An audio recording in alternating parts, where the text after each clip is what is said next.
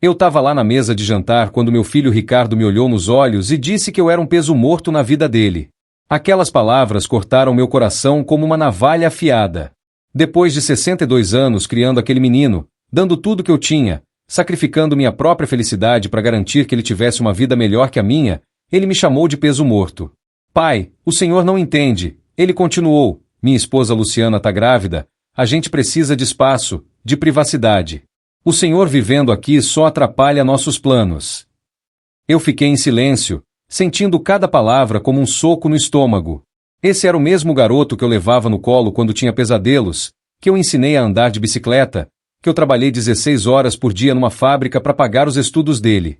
Agora ele estava me expulsando da minha própria casa porque eu atrapalhava os planos dele. Tá bom, eu disse, me levantando da mesa. Se é assim que você pensa, então vou fazer uma proposta. Ricardo me olhou com aquela cara de superioridade que eu tinha começado a odiar. Era a mesma expressão que a esposa dele usava quando falava comigo, como se eu fosse um mendigo pedindo esmola. Você quer tanto que eu suma da sua vida? Eu perguntei. Então vou te dar essa chance. Mas tem uma condição. Que condição? Ele perguntou, cruzando os braços. Você só vai herdar meus bens se nunca mais me visitar. Nunca mais pisar na minha frente, nunca mais falar comigo, nunca mais aparecer na minha vida. Se você conseguir fazer isso, tudo que é meu vai ser seu quando eu morrer. Ricardo não pensou nem por 5 segundos. Os olhos dele brilharam como se tivesse ganhado na loteria. Fechado, ele disse, estendendo a mão para mim. Pode considerar que você já morreu para mim. Aquela foi a última vez que eu falei com meu filho. Ele saiu de casa naquele mesmo dia, levando todas as coisas dele, e eu fiquei sozinho naquela casa grande e vazia. Mas o que Ricardo não sabia, o que ele nunca imaginou, era que eu tinha muito mais dinheiro do que ele pensava. Durante 40 anos, eu trabalhei não só na fábrica, mas também tinha investido em ações de várias empresas. Eu era sócio minoritário de 3 negócios diferentes, tinha uma conta bancária que ele nunca soube que existia, e principalmente, eu era dono de 17 propriedades espalhadas pela cidade. Ricardo achava que minha herança era só aquela casa onde a gente morava e talvez alguns milhares de reais na conta corrente. Na verdade, eu tinha mais de 42 milhões de reais em patrimônio. Mas não era só sobre o dinheiro. O que Ricardo não sabia era que eu tinha câncer. O médico tinha me dado no máximo 2 anos de vida, e eu não tinha contado para ninguém. Quando eu fiz aquela proposta para ele, eu sabia que não tinha muito tempo restante, e queria ver se meu próprio filho era capaz de me abandonar nos meus últimos momentos de vida. Ele provou que era. Nos primeiros meses depois que Ricardo saiu de casa, eu confesso que senti uma solidão terrível. A casa ficou silenciosa demais, e várias vezes eu peguei o telefone para ligar para ele, mas sempre lembrava das palavras dele me chamando de peso morto. Então eu colocava o telefone de volta no gancho e continuava a minha vida. Foi nessa época que eu conheci Marina, uma enfermeira aposentada de 58 anos que tinha acabado de perder o marido. A gente se conheceu no hospital, durante uma das minhas consultas de quimioterapia. Ela estava lá visitando uma amiga, e acabamos conversando na sala de espera. Marina era uma mulher incrível. Inteligente, carinhosa, engraçada, e principalmente, ela não estava interessada no meu dinheiro porque nem sabia que eu tinha. Para ela, eu era só um homem viúvo e aposentado que morava sozinho numa casa simples. E assim começou o relacionamento mais bonito da minha vida. Durante 6 meses, Marina e eu nos encontrávamos quase todos os dias. Ela me acompanhava nas consultas médicas, cozinhava comigo, assistíamos filmes juntos, e pela primeira vez em anos eu me senti verdadeiramente feliz. Não era só companhia, era amor de verdade. Marina me fazia rir, me fazia sentir vivo novamente. Foi quando eu tive uma ideia. Se Ricardo queria tanto ficar longe de mim, se ele achava que eu era um peso morto, então eu ia mostrar para ele o que significava realmente perder um pai. Chamei meu advogado, Dr. Henrique, e mudei completamente meu testamento. Deixei 500 mil reais para Ricardo, que era uma quantia boa, mas representava apenas 1% do que eu realmente tinha. O resto, os 41 milhões e meio restantes, eu deixei para Marina e para uma instituição de caridade que cuidava de idosos abandonados pelas famílias. Tem certeza disso? Dr. Henrique perguntou. É seu filho, afinal de contas. Meu filho me expulsou de casa e disse que eu era um peso morto, eu respondi. Ele escolheu R$ 500.000 ao invés do amor do pai dele. Agora ele vai ter que viver com essa escolha. O que eu não esperava era que as coisas fossem ficar ainda mais interessantes. 3 meses depois da mudança do testamento, Marina e eu decidimos nos casar. Não foi uma decisão impulsiva, foi algo que cresceu naturalmente entre nós. Ela sabia da minha doença, sabia que nosso tempo juntos era limitado, mas mesmo assim ela queria passar esses últimos momentos comigo. O casamento foi simples, só nós dois, o juiz de paz e 2 testemunhas. Não convidamos ninguém da família, principalmente porque a minha família havia se reduzido a 0 membros que se importavam comigo. Marina também não tinha filhos, então foi realmente só nós dois contra o mundo. Depois do casamento, eu resolvi contar para Marina sobre minha verdadeira situação financeira. Levei ela até o banco, mostrei todas as contas, todas as propriedades, todos os investimentos. Ela ficou em choque total. Por que você não me contou antes? Ela perguntou, com lágrimas nos olhos. Porque eu queria ter certeza de que você me amava por quem eu sou, não pelo que eu tenho, eu respondi. E agora eu sei. Marina chorou muito naquele dia. Não de felicidade pelo dinheiro, mas de tristeza por saber que eu tinha passado por tanta coisa sozinho. Ela me abraçou e disse que não importava se eu fosse milionário ou se não tivesse nem um centavo, ela ia ficar comigo até o final. E foi exatamente isso que ela fez. Durante o primeiro ano do nosso casamento, minha saúde foi se deteriorando gradualmente. A quimioterapia não estava funcionando como esperado, e os médicos foram reduzindo minhas expectativas de vida. Mas Marina nunca me deixou desanimar.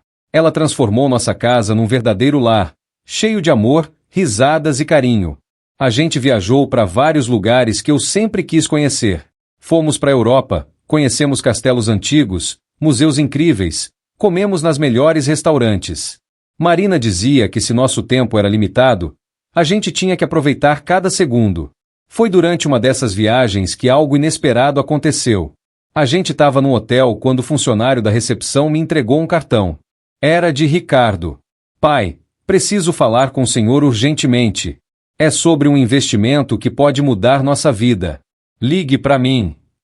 Eu mostrei o cartão para Marina, e a gente riu muito. Ricardo tinha descoberto onde eu estava e queria falar comigo sobre um investimento. Obviamente, ele tinha gastado todo o dinheiro que tinha e agora estava desesperado. Você vai ligar? Marina perguntou. Não, eu respondi, rasgando o cartão. Ele fez uma escolha. Agora tem que viver com ela.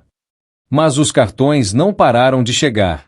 Durante os 3 meses seguintes, Ricardo tentou me contatar de todas as formas possíveis. Cartas, e-mails, recados através de vizinhos, até tentou ir até nossa casa, mas eu tinha mudado as fechaduras e colocado um sistema de segurança. Numa das cartas, ele escreveu: Pai, eu cometi um erro terrível. Luciana me deixou, levou a criança, e eu perdi tudo. Por favor, me dê uma chance de explicar. Outra carta dizia: sei que o senhor deve ter muito dinheiro guardado. Podemos ser parceiros num negócio. Eu tenho uma ideia incrível que vai nos deixar ricos. Mas a carta que mais me chamou a atenção foi a última. Pai, eu sei que o senhor está doente. Um amigo meu que trabalha no hospital me contou.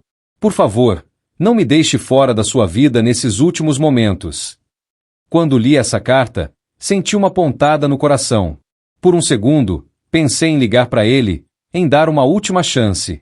Mas aí lembrei das palavras dele me chamando de peso morto, lembrei de como ele me expulsou de casa sem pensar 2 vezes, lembrei de como ele aceitou na hora a condição de nunca mais me ver. Se ele realmente se importasse comigo, eu disse para Marina, ele não teria aceitado aquela condição. Ele não teria me expulsado de casa.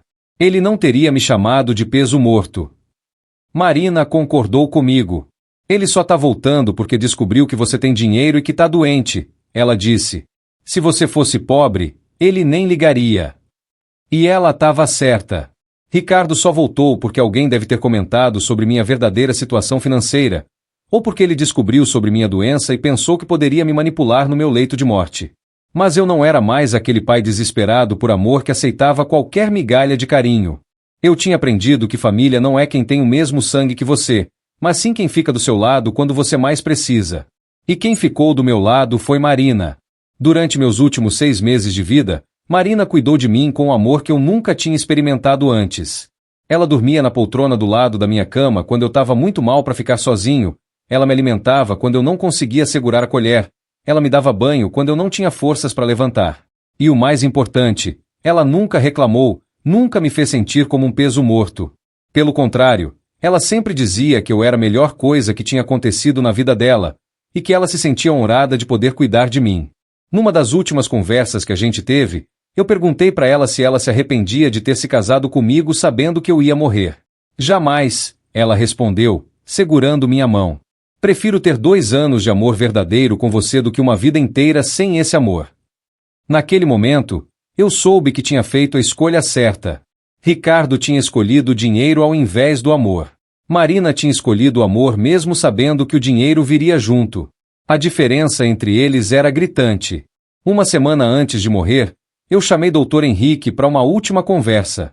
Queria ter certeza de que tudo estava certo com o testamento, que Marina ia receber tudo que eu tinha deixado para ela, e que a instituição de caridade ia conseguir ajudar outros idosos que foram abandonados pelas famílias. E quanto ao seu filho? Dr. Henrique perguntou. 500 mil reais, eu confirmei. É muito mais do que ele merece, considerando que ele me abandonou quando eu mais precisava dele. Dr. Henrique assentiu e guardou os papéis. Tudo vai ser executado exatamente como o senhor planejou. Morri numa terça-feira de manhã, com Marina segurando minha mão e sussurrando palavras de amor no meu ouvido. Foi uma morte tranquila, cercado de carinho e dignidade. Exatamente o oposto do que teria sido se eu tivesse ficado na casa do Ricardo, sendo tratado como um peso morto. O funeral foi simples, mas cheio de amor.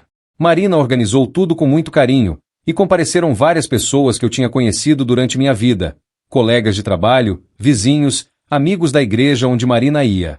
Gente que realmente se importava comigo. Ricardo apareceu no funeral, óbvio. Ele estava vestido com um terno preto caro, tentando parecer o filho enlutado e arrependido. Mas eu sabia que ele só estava lá por causa da herança. Durante a cerimônia, ele tentou se aproximar de Marina várias vezes, mas ela o ignorou completamente. Depois do sepultamento, Ricardo se aproximou dela. Sinto muito pela sua perda, ele disse, com falsa sinceridade. Meu pai era um homem especial. Marina olhou de cima a baixo e respondeu, seu pai era um homem especial, mas você só descobriu isso depois que ele morreu. Que pena. Ricardo ficou vermelho de raiva, mas não podia fazer nada ali no cemitério, na frente de todo mundo. A leitura do testamento aconteceu uma semana depois, no escritório do Dr. Henrique. Ricardo chegou com uma pasta cheia de papéis, provavelmente achando que ia contestar alguma coisa ou que ia descobrir algum dinheiro escondido. Quando o Dr. Henrique leu que Ricardo ia herdar 500 mil reais, eu podia imaginar a cara de decepção dele. 500 mil era muito dinheiro para a maioria das pessoas, mas para alguém que estava esperando uma fortuna, devia ter sido um balde de água fria. Só isso? Ricardo perguntou, interrompendo a leitura. Só isso, Dr. Henrique confirmou. O resto da herança foi deixado para sua madrasta Marina e para uma instituição de caridade. Quanto é o resto? Ricardo insistiu. Dr. Henrique olhou para Marina, que assentiu. 41 milhões e 500 mil reais. O silêncio no escritório foi ensurdecedor. Ricardo ficou branco como um papel, depois vermelho de raiva, depois amarelo de desespero. Ele tinha perdido 41 milhões de reais porque não conseguiu ser um filho decente. Isso não pode estar certo, ele gritou. Ele era meu pai. Eu sou o único herdeiro legítimo. O testamento é válido e foi feito em plena consciência mental, Dr. Henrique explicou calmamente. Seu pai deixou uma carta explicando suas decisões. Quer que eu leia? Ricardo assentiu desesperadamente, provavelmente esperando que a carta contivesse alguma brecha que ele pudesse explorar. Dr. Henrique abriu o envelope e começou a ler minha carta. Ricardo, se você está ouvindo essa carta, significa que eu morri e você finalmente descobriu o valor da herança que você rejeitou. Quando você me expulsou de casa e aceitou a condição de nunca mais me ver, você escolheu 500 mil reais ao invés do amor do seu pai. Agora você tem que viver com essa escolha. Marina, por outro lado, me amou incondicionalmente durante meus últimos anos de vida. Ela me tratou com dignidade, carinho e respeito.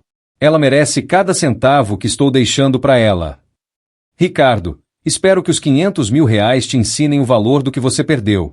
Não foi só dinheiro que você perdeu, Foi a chance de ter um pai que te amava mais que a própria vida. Quando o Dr. Henrique terminou de ler, Ricardo estava chorando.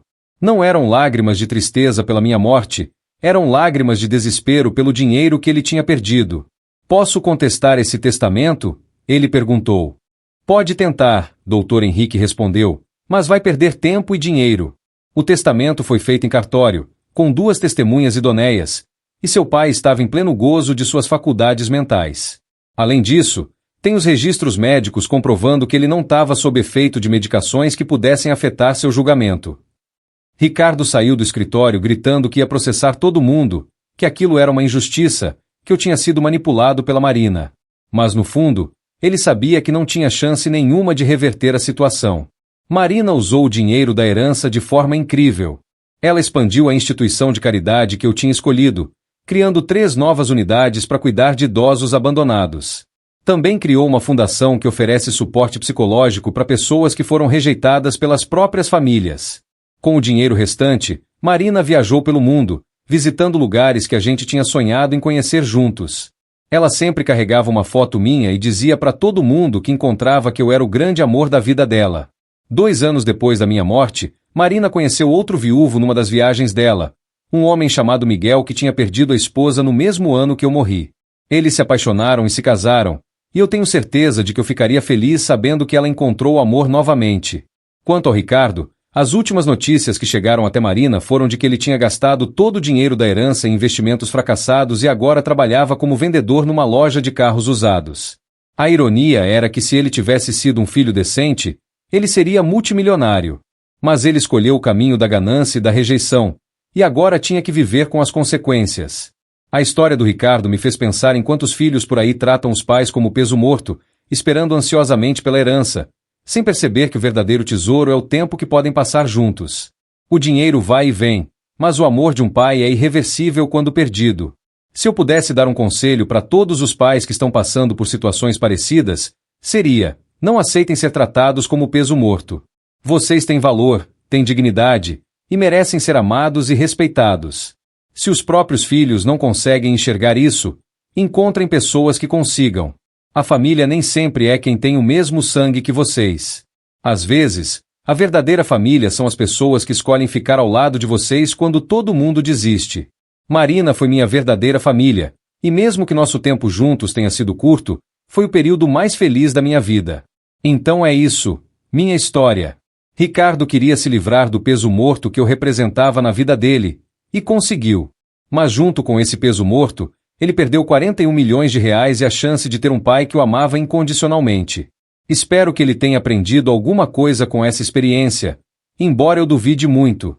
O importante é que eu morri feliz, amado e respeitado pela pessoa que realmente importava, Marina. E essa é a única opinião que realmente me interessava no final das contas. Mas a história não termina por aí. Depois que Marina se casou com Miguel, ela me contou através de sonhos. Eu sei que parece loucura, mas acreditem em mim, que Ricardo tentou se aproximar dela várias vezes. Ele chegou até a contratar um detetive particular para investigar a vida dela, tentando encontrar alguma forma de provar que ela tinha me manipulado.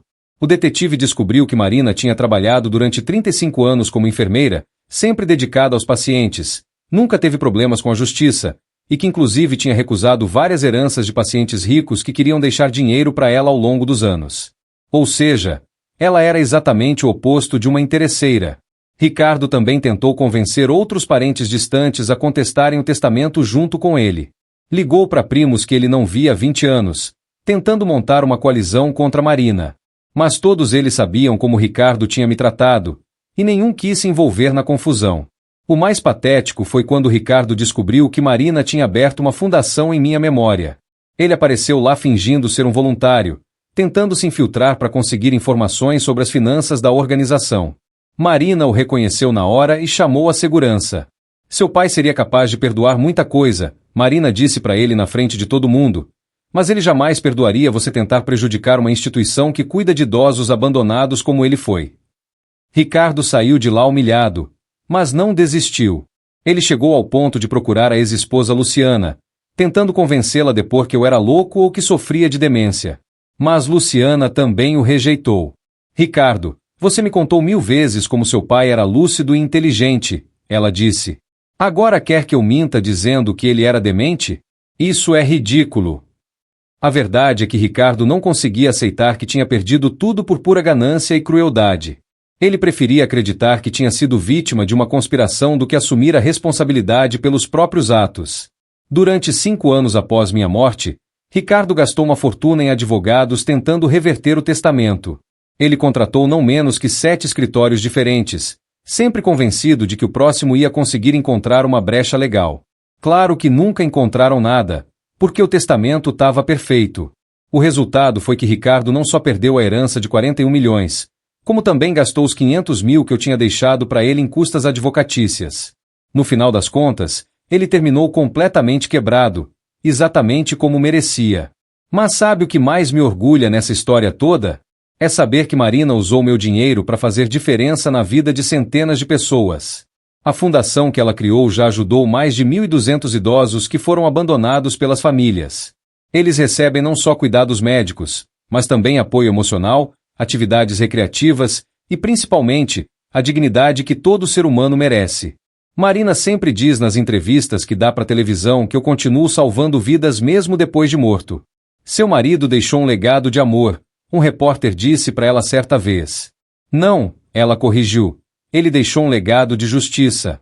Ele mostrou que quem ama de verdade é recompensado, e quem só pensa em dinheiro fica com as mãos vazias.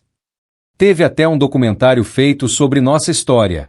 Marina participou, contando toda a verdade sobre como nos conhecemos, como foi nosso relacionamento, e como eu planejei tudo para ensinar uma lição pro Ricardo. O documentário se chamava O Último Presente, e ganhou vários prêmios em festivais de cinema. Ricardo tentou impedir a exibição do documentário na justiça, alegando que violava sua privacidade e o difamava. Mas o juiz rejeitou o pedido, dizendo que tudo que foi mostrado eram fatos reais e que Ricardo era uma figura pública por ter tentado contestar o testamento tantas vezes. O documentário foi um sucesso absoluto.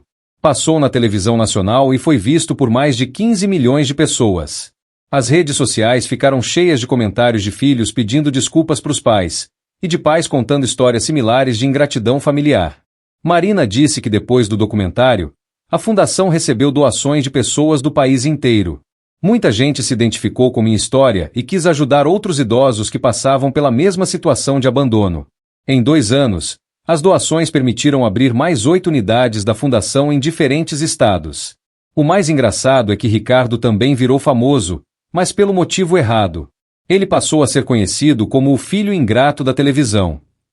Onde quer que ele aparecesse, as pessoas o reconheciam e faziam comentários. Ele teve que mudar de cidade 3 vezes porque não conseguia arranjar trabalho decente. Todo mundo sabia quem ele era e ninguém queria contratar alguém capaz de abandonar o próprio pai. Numa entrevista que Marina deu 5 anos depois da minha morte, ela revelou um detalhe que eu nunca tinha contado para ninguém. Durante nosso casamento, eu costumava acordar no meio da madrugada chorando. Não de dor física por causa do câncer, mas de tristeza pela traição do Ricardo. Ele amava aquele filho mais que a própria vida, Marina disse na entrevista. Mesmo depois de tudo que Ricardo fez, seu marido sofria por ter perdido o menino que ele criou. A decisão de mudar o testamento não foi feita por vingança, foi feita por necessidade de autopreservação. Ele precisava provar para si mesmo que ainda tinha valor como ser humano. Essa declaração da Marina tocou o coração de milhões de telespectadores. Muita gente entendeu que minha atitude não foi crueldade, foi um ato desesperado de um pai que precisava recuperar sua dignidade. Mas a história mais emocionante veio de uma carta que Marina recebeu 2 anos atrás. Era de uma mulher de 70 anos que tinha assistido ao documentário com um filho de 45 anos. Depois de ver nossa história, o filho dela chorou e pediu perdão por ter tratado a mãe mal durante anos. Seu marido salvou minha família, a mulher escreveu. Meu filho viu o que aconteceu com Ricardo e não quis repetir o mesmo erro. Agora ele me visita toda semana, me leva para passear, e me trata com carinho que eu merecia há muito tempo. Obrigada por compartilhar essa história. Marina recebeu centenas de cartas similares. Pais e filhos se reconciliando depois de assistir ao documentário, família se reunindo novamente, pessoas refletindo sobre o valor dos relacionamentos antes que seja tarde demais. Isso me fez perceber que minha decisão de punir Ricardo acabou servindo um propósito muito maior. Não foi só sobre ensinar uma lição para um filho ingrato, Foi sobre mostrar para a sociedade inteira que os idosos merecem respeito e dignidade. Foi sobre provar que o amor verdadeiro vale mais que qualquer quantia de dinheiro. Teve até um psicólogo famoso que usou nossa história como exemplo em palestras sobre relacionamentos familiares. Ele dizia que eu representava o pai que se valorizou, e que minha atitude mostrava como é importante estabelecer limites mesmo com pessoas que amamos. Muitos pais aceitam ser maltratados pelos filhos porque acham que é melhor ter uma migalha de relacionamento do que não ter relacionamento nenhum, o psicólogo explicava. Mas o caso desse homem mostra que às vezes é necessário se afastar para preservar a própria dignidade e encontrar pessoas que realmente nos valorizam. Marina sempre concordava com essa análise. Ela dizia que eu tinha sido corajoso por escolher a solidão temporária ao invés da humilhação permanente. E que essa coragem me permitiu encontrar o amor verdadeiro nos meus últimos anos de vida. Recentemente, Marina me contou que Ricardo apareceu na porta da casa dela pela primeira vez em 8 anos. Ele estava mais velho, com cabelos grisalhos, roupa simples, e uma expressão de derrota no rosto. Não era mais o homem arrogante que me expulsou de casa anos atrás. Eu queria falar sobre meu pai, ele disse para Marina, com a voz tremula. Marina o deixou entrar, mais por curiosidade do que por simpatia. Ricardo se sentou na sala onde eu costumava assistir televisão com Marina, e começou a chorar. Eu perdi tudo, ele confessou. Minha esposa, minha filha, meu dinheiro, meu trabalho, minha dignidade. E tudo por causa de uma decisão estúpida que tomei quando era jovem e ganancioso. Marina ouviu em silêncio enquanto Ricardo contava como sua vida tinha desmoronado completamente. Ele disse que a filha dele, minha neta que eu nunca conheci, tinha visto o documentário na escola e chegou em casa perguntando por que o pai dela tinha sido tão cruel com o avô. Ela me olhou com nojo, Ricardo disse. A mesma forma que eu olhava para o meu pai quando achava que ele era um peso morto. Naquele momento eu entendi exatamente como ele se sentiu. Ricardo contou que tentou explicar para a filha que tinha sido jovem e irresponsável, que não sabia o que estava fazendo. Mas a menina, de apenas 12 anos, respondeu de uma forma que o deixou sem palavras. Papai, se você foi capaz de fazer isso com seu próprio pai, como eu posso ter certeza de que não vai fazer o mesmo comigo quando eu crescer? Essa pergunta da neta destruiu Ricardo emocionalmente. Ele percebeu que tinha criado um ciclo de desconfiança e crueldade que agora estava afetando a própria filha. A menina começou a se afastar dele, com medo de ser abandonada no futuro como eu tinha sido. Agora eu entendo porque meu pai mudou o testamento, Ricardo disse para Marina. Não foi vingança, foi justiça. Ele me deu exatamente o que eu merecia. A consequência das minhas próprias escolhas. Marina ficou surpresa com a sinceridade de Ricardo. Pela primeira vez em todos esses anos, ele parecia genuinamente arrependido, não por causa do dinheiro perdido, mas por causa do relacionamento destruído. Você quer saber a verdade? Marina disse para ele. Seu pai morreu te amando. Mesmo depois de tudo que você fez, ele ainda falava de você com carinho. Ele ficava triste porque queria que você fosse uma pessoa melhor, não porque te odiava. Ricardo chorou ainda mais quando ouviu isso. Ele disse que tinha passado anos imaginando que eu o odiava, que eu tinha mudado o testamento por raiva. Descobrir que eu ainda o amava até o final foi um choque para ele. Posso fazer alguma coisa para honrar a memória dele? Ricardo perguntou. Marina pensou por um momento e então teve uma ideia. Você pode trabalhar como voluntário na fundação. Não com dinheiro, porque você não tem, mas com seu tempo e sua experiência. Ajude outros filhos a não cometerem o mesmo erro que você cometeu. Ricardo aceitou imediatamente. Ele começou a trabalhar na fundação 3 vezes por semana, conversando com famílias que estavam passando por conflitos similares ao nosso. Ele contava sua própria história, mostrava as consequências da ingratidão, e tentava ajudar outros filhos a valorizar os pais enquanto ainda havia tempo. No começo, foi difícil para ele. Muitas pessoas o reconheciam e o julgavam pelo que ele tinha feito. Mas Ricardo persistiu, determinado a usar sua experiência negativa para ajudar outras famílias. Depois de 1 ano trabalhando na fundação, Ricardo conseguiu um emprego de verdade. O diretor de uma empresa que tinha visto o trabalho dele com as famílias decidiu dar uma chance para ele. Todo mundo merece uma segunda oportunidade, o diretor disse, especialmente quem está tentando consertar os próprios erros. A filha de Ricardo também começou a se aproximar dele novamente. Ela via que o pai estava realmente tentando ser uma pessoa melhor, e isso a tranquilizou sobre o futuro deles. Eles começaram a ter conversas honestas sobre família, sobre arrependimento e sobre a importância de valorizar as pessoas que amamos. Meu avô deve ter sido uma pessoa muito especial, a menina disse um dia para Ricardo. Era, ele respondeu, e eu fui muito estúpido por não ter percebido isso quando ele estava vivo. Marina ficou feliz em ver que Ricardo finalmente tinha entendido a lição que eu queria ensinar. Não era sobre dinheiro, nunca foi sobre dinheiro. Era sobre respeito, dignidade e sobre entender que os relacionamentos familiares são mais valiosos que qualquer fortuna material. Hoje, 10 anos depois da minha morte, Ricardo continua trabalhando na fundação. Ele nunca vai recuperar os 41 milhões que perdeu e nunca vai conseguir desfazer a mágoa que me causou. Mas pelo menos ele aprendeu alguma coisa com a experiência e está usando esse aprendizado para ajudar outras pessoas. Marina sempre diz que eu ficaria orgulhoso de ver a transformação do Ricardo. Seu marido conseguiu educar o filho mesmo depois de morto, ela costuma brincar. E talvez ela tenha razão. Talvez essa tenha sido a minha última lição de pai, mostrar que as consequências das nossas escolhas são inevitáveis, mas que nunca é tarde demais para tentar ser uma pessoa melhor. O mais irônico de tudo é que se Ricardo tivesse me tratado com respeito desde o início, ele seria multimilionário hoje e ainda teria um pai que o amava. Mas ele escolheu o caminho da ganância e da crueldade, e teve que aprender na marra que algumas lições custam muito caro. Agora vocês entendem por que eu fiz o que fiz. Não foi crueldade, foi necessidade. Eu precisava mostrar pro Ricardo e pro mundo inteiro que os idosos não são peso morto, são seres humanos que merecem amor e respeito. E se os próprios filhos não conseguem dar esse amor e respeito, então que aprendam a viver sem a herança que achavam que era direito deles. No final das contas, quem perdeu mesmo foi Ricardo.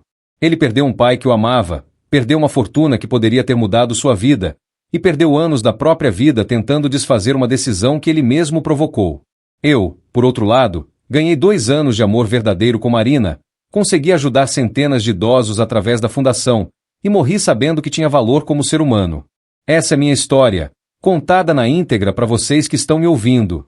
Espero que sirvam de exemplo para outros pais que estão passando por situações similares, e principalmente, que sirva de alerta para filhos que acham que podem tratar os pais como peso morto sem sofrer consequências. O amor de pai é incondicional, mas a herança não é. E quanto mais cedo os filhos entenderem isso, melhor para todo mundo. Deixa eu contar mais alguns detalhes que vocês precisam saber sobre essa história toda. Porque a verdade é que as consequências da minha decisão foram muito além do que eu imaginava quando estava planejando tudo aquilo. Por exemplo, vocês sabem que a Marina virou uma espécie de celebridade depois do documentário, né? Mas o que vocês não sabem é que ela começou a receber propostas para escrever um livro sobre nossa história. Editoras de vários países queriam publicar A Última Lição, que era o título que ela tinha escolhido. Marina ficou em dúvida se devia aceitar ou não. Por um lado, ela queria honrar minha memória e espalhar a mensagem sobre o valor dos idosos. Por outro lado, ela não queria parecer que estava aproveitando da situação para ganhar dinheiro. Foi aí que ela teve uma ideia brilhante. Ela decidiu escrever o livro, mas todo o dinheiro dos direitos autorais seria doado para a fundação. Assim, ela conseguiria contar nossa história completa e ainda ajudar mais idosos abandonados. O livro foi lançado 2 anos atrás e virou best-seller em menos de 1 mês. Marina escreveu de uma forma tão honesta e emocionante que todo mundo que lia se sentia parte da nossa história. Ela contou detalhes que nunca tinham aparecido no documentário, como as conversas íntimas que a gente tinha durante as madrugadas quando eu não conseguia dormir por causa da dor. Uma das partes mais tocantes do livro era quando Marina descrevia como eu reagia toda vez que tocava o telefone.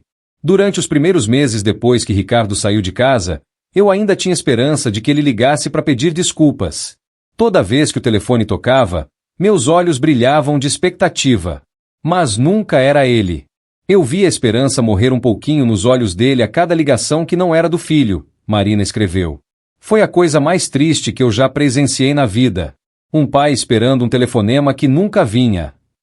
Essa parte do livro fez milhões de pessoas chorarem.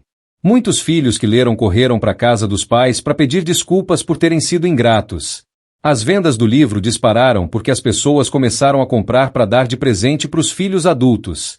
Mas a coisa mais incrível que aconteceu por causa do livro foi que Ricardo resolveu dar uma entrevista para a televisão contando o lado dele da história. Até então, ele tinha ficado em silêncio, sofrendo as consequências da exposição sem se defender. Na entrevista, Ricardo apareceu visivelmente emocionado e assumiu total responsabilidade pelo que tinha acontecido. Ele não tentou se justificar, não botou a culpa na ex-esposa, não inventou desculpas. Ele simplesmente pediu perdão publicamente. Eu era um homem ganancioso e egoísta, ele disse na televisão. Meu pai me deu tudo durante a vida inteira, e na primeira dificuldade eu o abandonei. Não existe justificativa para isso. Eu mereci perder a herança, e mereço carregar essa culpa pelo resto da vida. O apresentador perguntou se Ricardo não sentia raiva de ter perdido 41 milhões de reais. Claro que sinto, Ricardo respondeu honestamente. Mas não sinto raiva do meu pai ou da Marina. Sinto raiva de mim mesmo por ter sido tão estúpido. Se eu tivesse tratado meu pai com respeito, eu seria rico hoje e ainda teria um pai vivo. Perdi as duas coisas por pura ganância. Essa entrevista mudou completamente a percepção pública sobre Ricardo. As pessoas começaram a ver ele não como um vilão, mas como um exemplo de como a ganância pode destruir uma vida. Ele começou a receber convites para dar palestras sobre arrependimento e segundas chances. Marina ficou surpresa com a reação positiva que Ricardo começou a receber. Ela mesma admitiu que tinha subestimado a capacidade dele de mudança. Talvez seu marido tivesse razão em acreditar que ainda havia esperança para o Ricardo, ela disse numa entrevista posterior. A fundação também cresceu de forma impressionante. Com o dinheiro do livro e as doações que continuavam chegando, Marina conseguiu abrir 23 unidades espalhadas pelo país. Cada unidade cuidava de uma média de 80 idosos, o que significava que quase 2.000 pessoas estavam sendo beneficiadas diretamente. Mas não era só cuidado médico. A fundação oferecia atividades culturais, aulas de informática para idosos, grupos de apoio psicológico e, principalmente, um ambiente onde eles se sentiam valorizados e respeitados. Muitos idosos que chegavam lá deprimidos e abandonados saíam renovados e cheios de vida. Uma das histórias mais emocionantes foi a de uma senhora de 85 anos chamada Helena. Ela tinha sido abandonada pelos 3 filhos numa casa de repouso particular que fechou por problemas financeiros. Os filhos se recusaram a buscar ela e simplesmente desapareceram.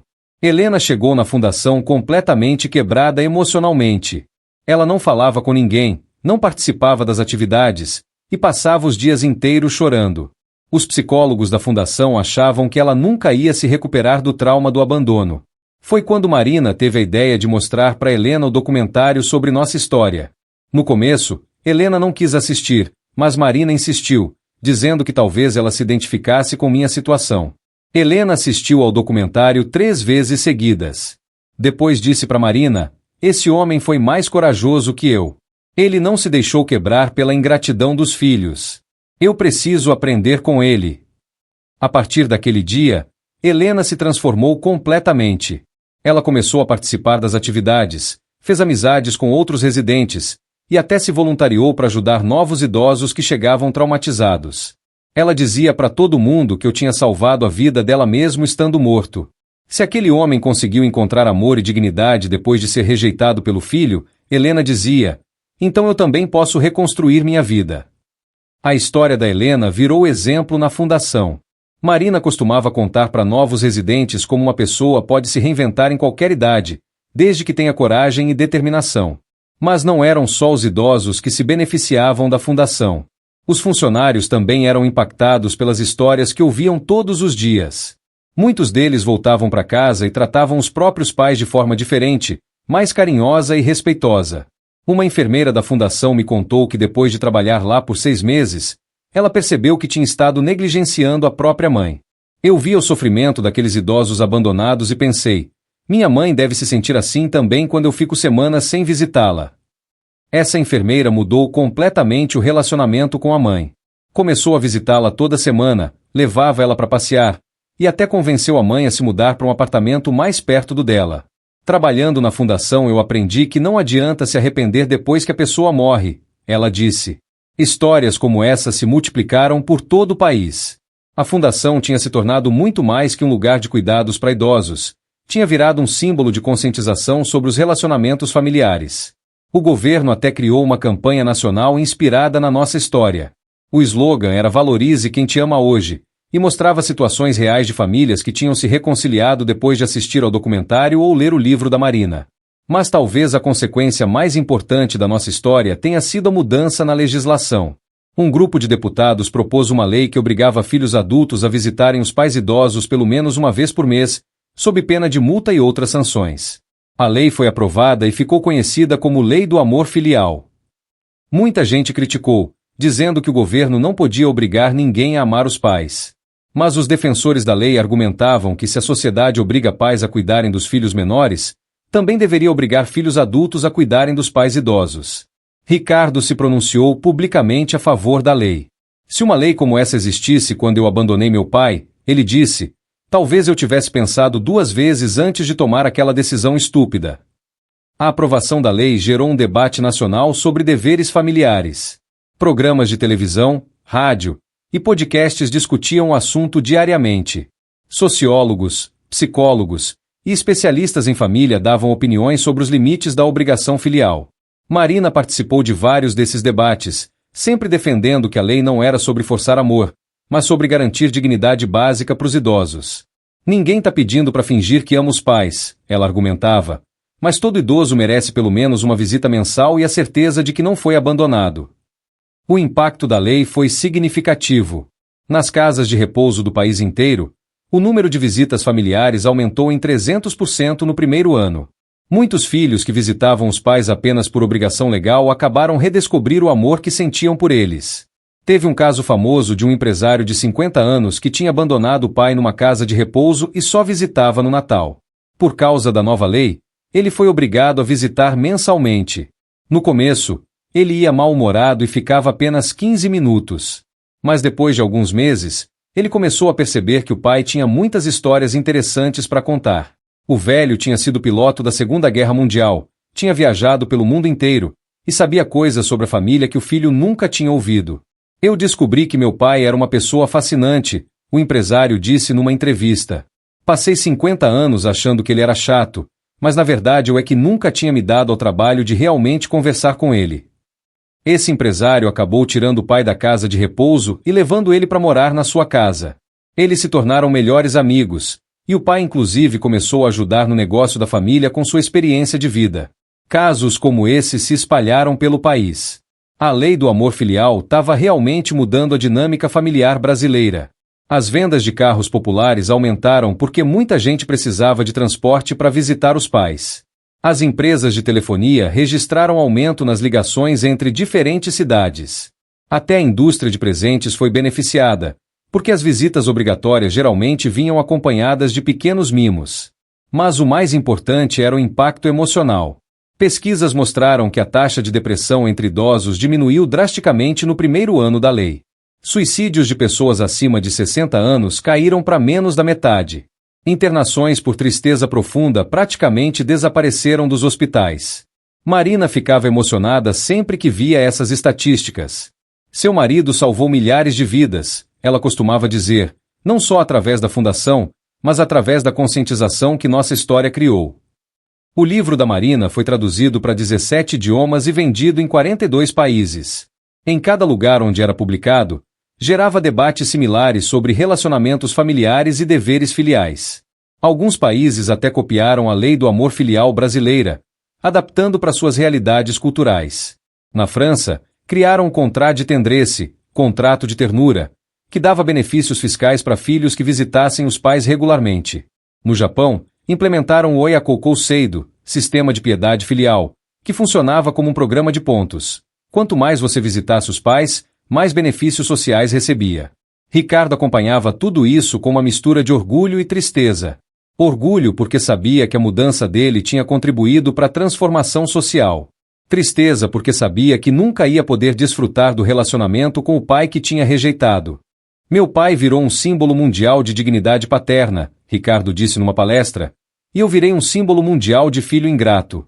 Mas se minha história puder evitar que outros filhos cometam o mesmo erro, então pelo menos alguma coisa boa saiu da minha estupidez.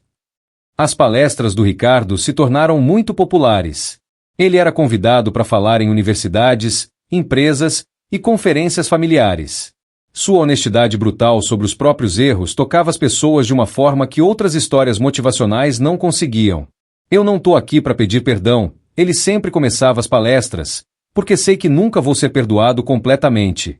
Tô aqui para contar a verdade sobre as consequências da ganância e da ingratidão, para que vocês não tenham que aprender da forma difícil como eu aprendi. Uma das palestras mais impactantes foi numa faculdade de administração, onde Ricardo falou sobre como a busca pelo sucesso financeiro pode nos fazer perder de vista o que realmente importa. Vocês vão sair daqui e ganhar muito dinheiro, ele disse para os estudantes, mas lembrem-se, todo o dinheiro do mundo não compra o abraço de um pai que vocês rejeitaram. Eu sei disso porque perdi 41 milhões de reais, mas principalmente porque perdi a chance de abraçar meu pai uma última vez. Muitos estudantes choraram durante essa palestra. Vários deles ligaram para os pais logo depois, pedindo desculpas por terem sido distantes ou ingratos. A universidade recebeu dezenas de cartas de pais agradecendo pela palestra que havia reconciliado eles com os filhos. Marina sempre acompanhava essas repercussões com satisfação. Ela sabia que eu ficaria feliz em saber que minha história estava ajudando famílias do mundo inteiro a se valorizarem mutuamente. Seu marido queria ensinar uma lição para o filho dele, Marina disse numa entrevista internacional, mas acabou ensinando uma lição para a humanidade inteira. Isso é o que eu chamo de legado verdadeiro. Hoje, 12 anos depois da minha morte, nossa história continua impactando vidas. A fundação já atendeu mais de 15 mil idosos. O livro já vendeu mais de 2 milhões de exemplares. A lei do amor filial já foi adotada por 8 países. E Ricardo continua trabalhando como voluntário, ajudando outras famílias a não repetirem seu erro. Mas sabe qual foi a conquista que mais me orgulharia? A filha do Ricardo, minha neta que eu nunca conheci, cresceu ouvindo essa história e se tornou uma jovem incrível. Ela estuda gerontologia na universidade porque quer trabalhar com idosos. Ela diz que quer honrar a memória do avô que nunca conheceu. Meu avô me ensinou que os idosos são tesouros de sabedoria e experiência, ela escreveu numa redação da faculdade, e eu quero dedicar minha vida a cuidar desses tesouros que a sociedade costuma descartar. Essa menina, que hoje tem 22 anos, já fez estágio na Fundação da Marina. Ela trabalha com dedicação impressionante, tratando cada idoso como se fosse da própria família. Marina sempre diz que ela tem o coração do avô e a determinação da nova geração. O mais emocionante é que essa neta conseguiu que o Ricardo se reconciliasse completamente com a própria paternidade. Vendo como a filha honrava minha memória, Ricardo entendeu finalmente o que significa ser um pai de verdade. Ela me ensinou a ser o pai que meu pai sempre quis que eu fosse, Ricardo disse numa conversa com Marina. É irônico que eu tenha aprendido a ser filho através da minha própria filha. Então é isso, pessoal. Nossa história não terminou com minha morte, na verdade ela apenas começou. O que começou como uma lição para um filho ingrato se transformou numa revolução social sobre como tratamos nossos idosos. Eu morri pensando que estava apenas punindo Ricardo pela crueldade dele. Não imaginava que estava plantando uma semente que ia crescer e se espalhar pelo mundo inteiro, mudando a vida de milhões de famílias. Se existe uma lição final nessa história toda, é que nossas ações têm consequências muito além do que podemos imaginar. O Ricardo achou que abandonar o pai era uma decisão pequena e pessoal. Descobriu que era uma decisão que ia afetar não só a vida dele, mas a vida de milhares de pessoas ao redor do mundo. E eu, que achava que estava apenas defendendo minha dignidade, acabei criando um movimento mundial de valorização dos idosos. Às vezes, as menores decisões geram as maiores transformações. Por isso, pensem bem antes de tratarem os pais de vocês como peso morto. Vocês nunca sabem que tipo de legado estão criando com suas escolhas. E lembrem-se, o amor verdadeiro é sempre recompensado, e a ganância sempre cobra seu preço. Essa é minha história completa, contada do fundo do coração para vocês que tiveram paciência de me ouvir até o final. Espero que sirva de exemplo, de alerta, e principalmente, de inspiração para construírem relacionamentos familiares baseados no amor e no respeito mútuo.